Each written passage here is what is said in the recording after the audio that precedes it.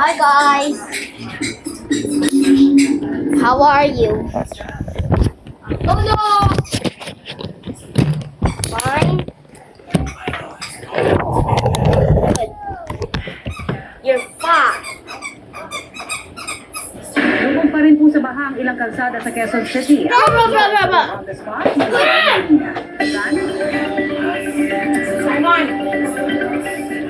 Yes, Connie, isa sa mga baha hanggang sa mga oras na ito, ito nga kikita tatayuan sa Quezon Avenue, Quezon Avenue. Pero bago pinarawan, Connie, ang sitwasyon dito sa ating itong kinatatayuan, tayo nag-ikot kanina dahil nakailang dito din tayo para makarating dito.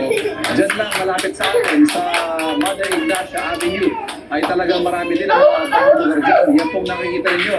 Yan yung Mother Ignacia patungo sa direksyon ng EDSA. At marami dyan ay may mga napalaho na sasakyan dyan. May nakita tayo, dalawang sasakyan, lubog.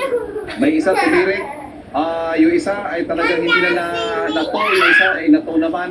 Swerteng ligtas naman po ang mga driver ng mga sasakyan yan. Nagulat daw sila sa biglaang pagtaas ng baha kanina umaga, mga bandang pasado alas 9 yan po ni. At itong kabilang direksyon naman, yung patungo sa Timog Avenue, sa Mother Ignacia pa rin, ganun din ang sitwasyon. Pero may nakakantay na truck ng barangay para bigyang abiso ang mga motorista na ito po ay hindi na madaraanan. Samantala po ni, dito sa ating kinatatayon na sa Araneta Avenue, malapit ito sa kanto ng Quezon Avenue, ang banggit sa atin ng mga taga roon, yung mga lalo na yung malapit sa kanto ng Maria Clara, lampas 2 tao na ang lalim ng baha sa kanilang mga tao.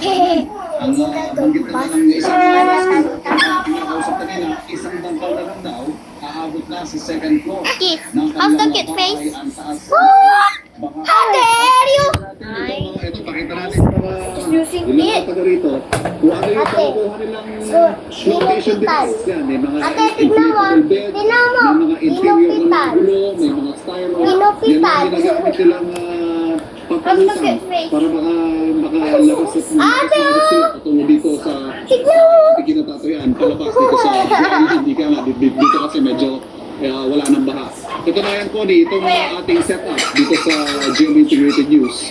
Nandun kanina yan eh. Kaya lang, habang umuusad ang oras, pataas ang tubig. Kaya ito, napunta ng